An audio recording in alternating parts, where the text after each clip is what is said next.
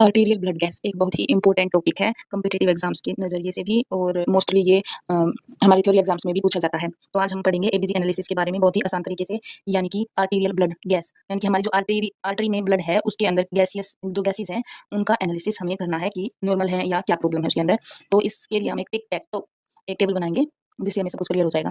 पहले लिखेंगे एसिडोसिस, फिर लिखेंगे सॉरी नॉर्मल, और फिर लिखेंगे एल्कलाइन।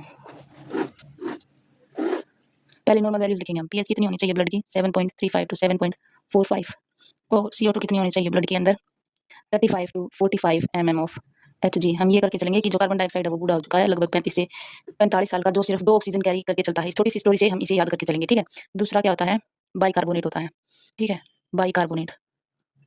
तो ब्लड में इसकी अमाउंट कितनी होनी चाहिए 22 से 26 मिली इक्विवेलेंट पर लीटर, ठीक है। ये यूनिट्स याद रखनी है, ये इंपॉर्टेंट है। बाइकार्बोनेट हम सोच के चलेंगे कि ये एक जवान है, ये बूढ़ा था, ये जवान है जो कि 3 ऑक्सीजन और 1 हाइड्रोजन को अपने साथ कैरी करके चलता है, जो कि सिर्फ 22-23 साल का, 22 से 26 साल के बीच की एज है इसकी, ठीक है। ये स्टोरी ट्रिक है याद रखने की, हम भूल जाते हैं कई बार ये नंबर्स। एसिडोसिस में क्या होगा, पीएच है वो लेस देन 7.35 आएगी। आई होप आप सभी को जो पीएच स्केल है उसका पता होगा, तभी आपको ये समझ में आएगा। इधर एसिडिक चीज़ें होती हैं, इधर बेसिक चीज़ें होती हैं, और जो ब्लड की पीएच होती है वो होती है 7.35 से 7.445। ये हम एक तरीके से लगा लो, जूम करके चलिए। इधर ब्लड की पीएच शिफ्ट होगी 0 की तरफ, तो हम उसे एसिडिक बोलेंगे, इधर होगी तो उसे बेसिक बोलेंगे, ठीक है। तो हम एसिड की वैल्यू लिख रहे हैं तो 7.35 से इधर होगी 0 की तरफ, जितना कम नंबर उतना ज़्यादा एसिडिक।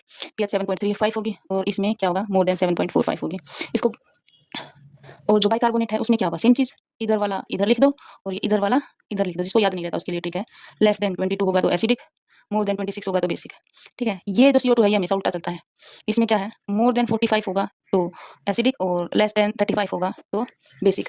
इसकी एक ट्रिक है, वो है ROME, हर जगह आती है ये, इसको याद करने की।